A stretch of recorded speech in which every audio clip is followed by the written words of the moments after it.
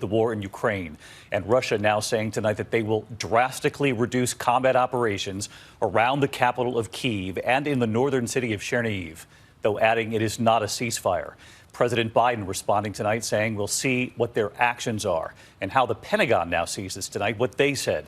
Just moments ago, Ukraine's President Zelensky responding to the Russians as well.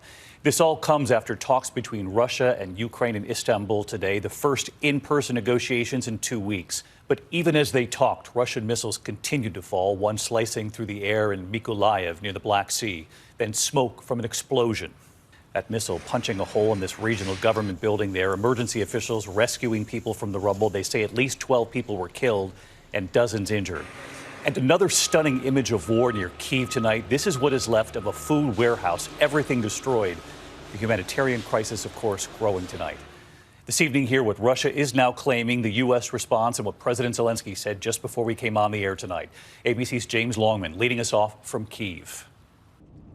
Tonight, Russia now signaling a major shift in strategy. Following direct face-to-face peace talks today in Turkey, the Kremlin is now saying for the first time that it will drastically reduce combat operations around the capital of Kyiv and Chernihiv in the north, but later adding that does not mean a ceasefire. Ukrainian soldiers won't be dropping their guard. The White House tonight saying they are seeing Russian troops move away from Kyiv, but stress they believe the movement is a redeployment, not a withdrawal. Tonight, President Biden speaking with European leaders, greeting Russia's promise skeptically. We'll see. I don't read anything into it until I see what their actions are. We'll see if they follow through on what they're suggesting. And tonight, the Pentagon is hardly convinced the Russians mean what they say. We're not taking anything they say at face value. We're not prepared to buy the Russian argument that it's a withdrawal. Again, our assessment is that their intention is to reposition forces and bolster their efforts elsewhere. Tonight, Russian troops are here, just 15 miles from the center of Kyiv to the north, west and east. Over 10 incidents of Russian shelling into residential areas were reported near the city today. If they do pull back, they may redeploy here to the eastern Donbass region, which today they said they want to liberate. That sets up the next phase of this bloody war and not something Ukraine would accept as part of any deal. Both sides also suggesting a meeting is possible between Vladimir Putin and Ukrainian President Zelensky, but only when an agreement is signed. Ukraine tonight calling for a new system of legally binding security guarantees. So if the country is attacked in the future, there's a treaty in place similar to NATO's Article 5, where guarantor countries, including the US, will be legally obligated to provide weapons and impose a no-fly zone. In exchange, and once Russian troops are gone, Ukraine would agree to become a non-nuclear, neutral state. The war still raging. Russia today striking the city of Mykolaiv in the south. New video, seen here in slow motion, shows the moment of impact when a missile slams into a government building. It killed at least 12 people. Dozens more were injured.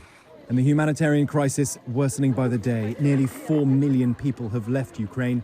Olga Zakrevsku evacuated Kyiv when missiles struck too close to home. It keeps going on in my head. Why children are dying? They go on dying. Only one person wants this war. Our Lindsay Davis met her in Poland, where she fled with her mother, mother-in-law and young son, who's trying to keep a brave face through it all. And tonight, Olga's hope for her country. Oh, I want to see that peace above our heads. I want to see children stop dying.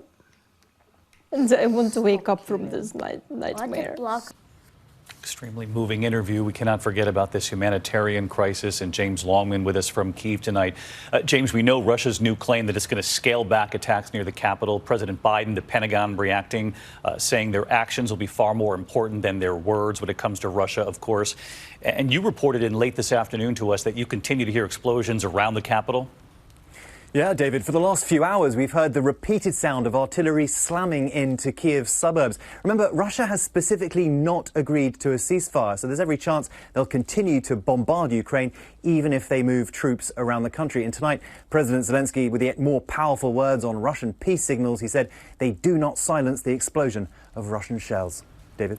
All right, James Longman in Kyiv tonight. Our thanks to you, James, and to Lindsay Davis over the border in Poland. Hi, everyone. George Stephanopoulos here. Thanks for checking out the ABC News YouTube channel. If you'd like to get more videos, show highlights, and watch live event coverage, click on the right over here to subscribe to our channel. And don't forget to download the ABC News app for breaking news alerts. Thanks for watching.